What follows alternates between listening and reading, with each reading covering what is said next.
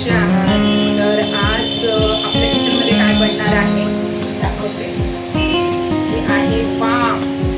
तर ही वाम मी सकाळी घेऊन आलेले आणि सकाळी याला मीठ, हळद आणि असं करून थोडं तेल टाकून वाफून घेतलेली, म्हणजे ती चांगली टिकावी. कारण की मला ती सकाळी बनवायची नव्हती, मला ती संध्याकाळी बनवायची होती. म्हणून म्हटलं चला तर आज मी वामीचं कालवण करणार आहे, तर तुमच्याशी शेअर करते. चला तर मग आपण उशीर न करता ब्लॉगला सुरुवात करूया. आता एक कढई घेतली आहे मी लोखंडाची आणि त्यामध्ये थोडंसं मी तेल टाकून घेते आणि 4 कांदे कापून घेतलेले, ते 4 कांदे मी थोडेसे फ्राय करायला टाकते. आता हे कालवण मी जवळजवळ 4 ते 5 लोकांसाठी बनवत आहे, म्हणून मोठ्या साईजचे कांदे होते, तर ते मी उभे उभे कट करून घेतलेले आहे. खूप सोप्या पद्धतीचं कालवण आहे, झटपट होतं. तर इथे मी खोबऱ्याचा वापर करणार नाही आहे. मी फक्त कांदे, टॅमॅटो आणि लसूण इतक्याच पदार्थांचा वापर करून हे कालवण बनवणार आहे. हे पहा, छान यांना आता फ्राय करून घेऊया आपण, थोडेसे गोल्डन होत नाही तोपर्यंत. इकडे बघा तुम्ही, एक असं ट्रान्सपरंट झालेले आहे आणि याला आपल्याला पूर्ण काळा नाही करून घ्यायचा आहे, कारण की आपल्याला लाल कालवण बनवायचं आहे, काळं नाही बनवायचं आहे. म्हणून हे ट्रान्सफर झाल्यावरच लगेच मी यामध्ये 7-8 लसणाच्या पाकळ्या टाकून घेईल आणि त्यांना पण छान फ्राय करून घेईल. आणि हे थोडंसं फ्राय झाले तर लगेच यात मी 2 मध्यम आकाराचे टॅमॅटो टाकून घेणार आहे आणि यांना देखील मी छान असं फ्राय करून घेणार.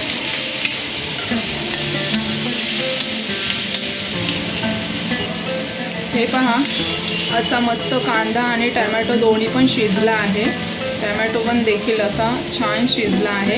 असा कांदा आणि टॅमॅटोचा कच्चापणा निघून गेला की आपल्याला गॅस ऑफ करून घ्यायचा आहे आणि त्याच्यानंतर याला बॅटरला म्हणजे या मसाल्याला थंड करून घ्यायचं आहे आणि नंतर याचा मसाला करून घ्यायचा आहे.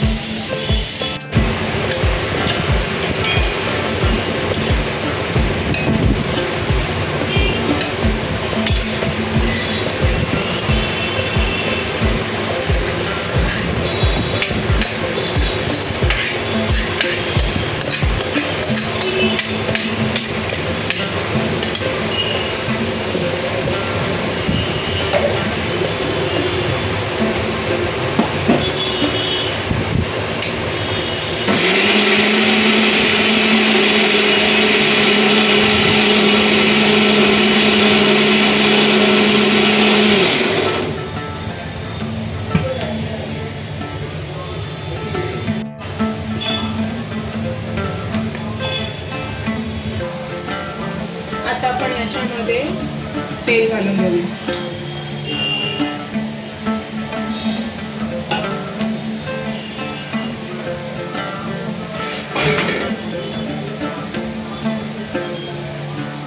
आता तेल गरम झाल्यावर हा मसाला टाकून घेऊया.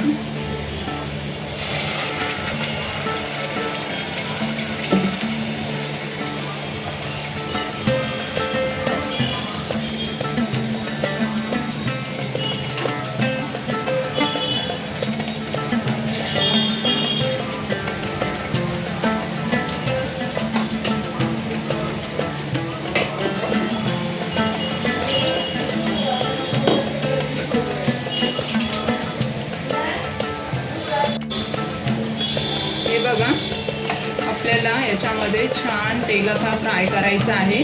मी कढीपत्ता नाही टाकला, कारण की मी सूप बनवलेलं त्याच्यामध्ये कढीपत्ता टाकून घेतलेला आहे. म्हणून जर तुम्ही सूप नसेल बनवलं तर तुम्ही पहिल्यांदा तेल टाका, मग तुम्ही धुतलेल्या स्वच्छ मच्छ्या याच्यामध्ये थोड्याशा फ्राय करून घ्या आणि त्या काढून घ्या आणि त्याच्यात कढीपत्ता टाकून हा मसाला टाका. तर माझं सूप रेडी असल्यामुळं मी ती प्रोसिजर नाही करणार आहे. आणि आता हे पहा, छान आता हा मसाला आपल्याला करायचा आणि त्याच्यात एक एक आपल्याला मसाले टाकून घ्यायचे. आता मी काश्मीरी लाल मिरच पावडर टाकते, त्याच्यानंतर मी जिरा पावडर टाकते, त्यानंतर मी थोडीशी धना पावडर पण टाकते थोडीशी हळद टाकून घेऊया, कारण आपण पहिल्यांदा पण सूपमध्ये मी हळद टाकलेली आहे आणि त्याच्यानंतर मी थोडा घरचा मसाला बनवलेला आहे तो टाकते. आणि मीठ आहे ना मी थोडंसं कमी टाकणार आहे, कारण की मी सूपामध्ये मीठ टाकलेलं होतं.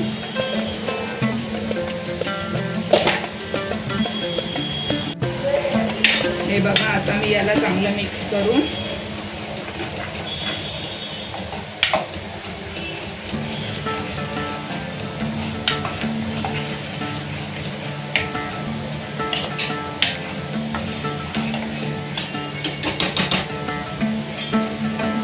छान तेल सुटेपर्यंत आता आपल्याला याला झाकण लावून ठेवायचं आहे.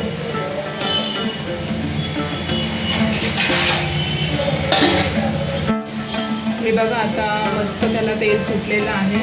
आता आपण हे सूप टाकून घेऊया.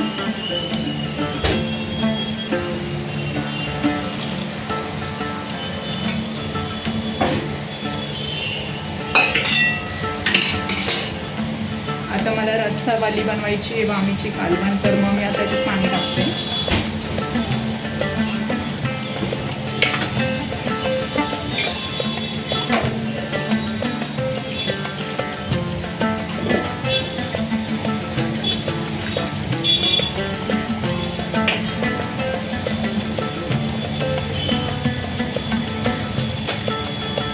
आपण याला 5 ते 10 मिनिटं छान उकळी येऊन देऊया.